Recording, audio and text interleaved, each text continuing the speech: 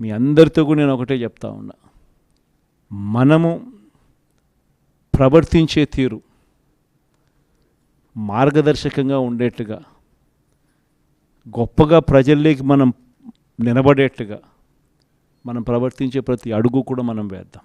నా దగ్గర నుంచి మీ దగ్గర దాకా.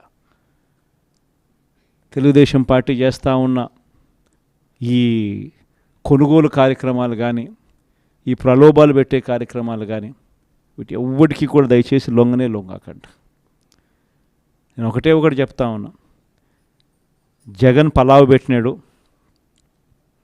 చంద్రబాబు బిర్యానీ పెడతానన్నాడు. చంద్రబాబు నమ్మి ఓటేసినారు. బిర్యానీ బాయా పలావ్ బాయా లాస్ట్కు పస్తు పండుకోవాల్సిన పరిస్థితి.